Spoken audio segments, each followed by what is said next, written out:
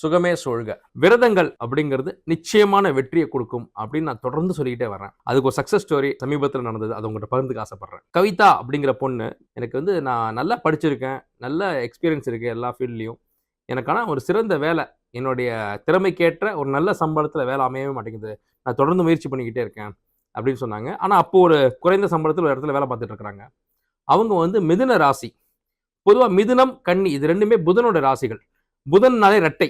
அப்போ நான் சொன்னேன், உனக்கு ரெண்டாவதாக ஒரு வேலை அமையும், அது உனக்கு ரொம்ப பிடிச்ச வேலையா, உனக்கு ஃபுல் ஃப்ரீடம் கொடுக்கக்கூடிய, உன்னுடைய படிப்புக்கும் திறமைக்கும் தகுந்த ஒரு வேலை முன்னை மதித்து உனக்கு கூப்பிட்டு கொடுப்பாங்கம்மா அப்படின்னு சொன்னேன்.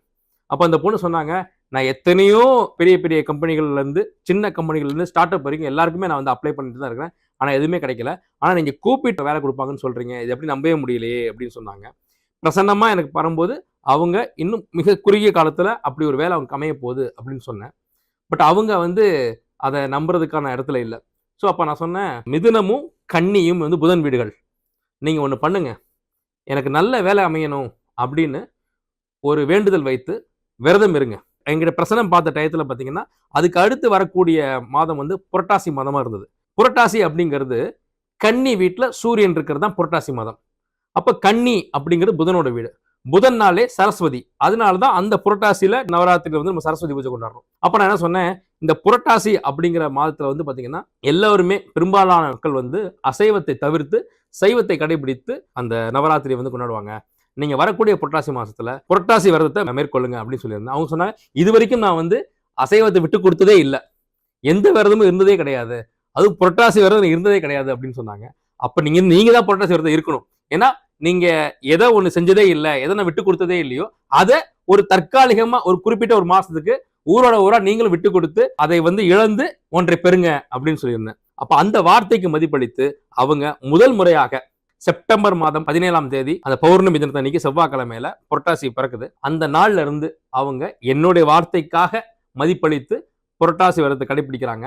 அவங்க அடிக்கடி எனக்கு இன்டிமேட் பண்ணிக்கிட்டே இருந்தாங்க, அப்டேட் பண்ணிட்டு இருந்தாங்க.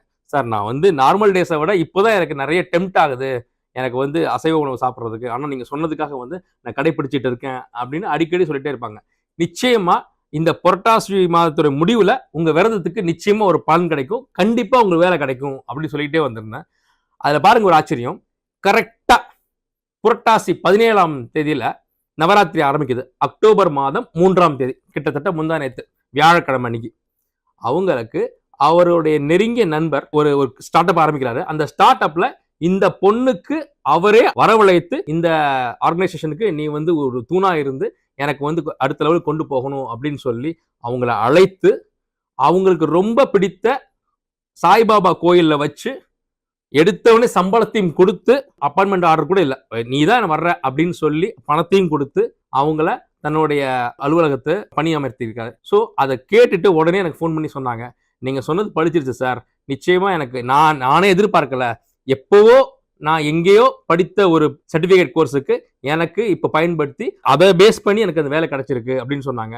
நான் சொன்னேன், நான் சொன்ன வார்த்தையை விட என்னுடைய வார்த்தைக்கு மதிப்பளித்து நீங்க இந்த புரட்டாசி விரதத்தை மேற்கொண்டு உங்களுடைய அசைவ உணவை, அந்த அசைவ பிரியத்தை நீங்க விட்டு கொடுத்ததுனால, நீங்க உன்னை இழந்ததுனால உங்களுக்கு கிடைச்சிருக்கு அப்படின்னு சொன்னேன். நிச்சயமா இந்த மாதிரி மிராக்கிள்ஸ் எல்லாமே நாம உன்னை இழக்கும் போது நிச்சயமா கிடைக்கும். அப்ப உங்கள் விரத முறைகளை நீங்க கடைபிடிக்கும் போது நீங்க என்ன வேண்டுதல் வச்சு அந்த விரதத்தை மேற்கொள்றீங்களோ அது நிச்சயமாக பலிக்கும் என்பது உண்மை.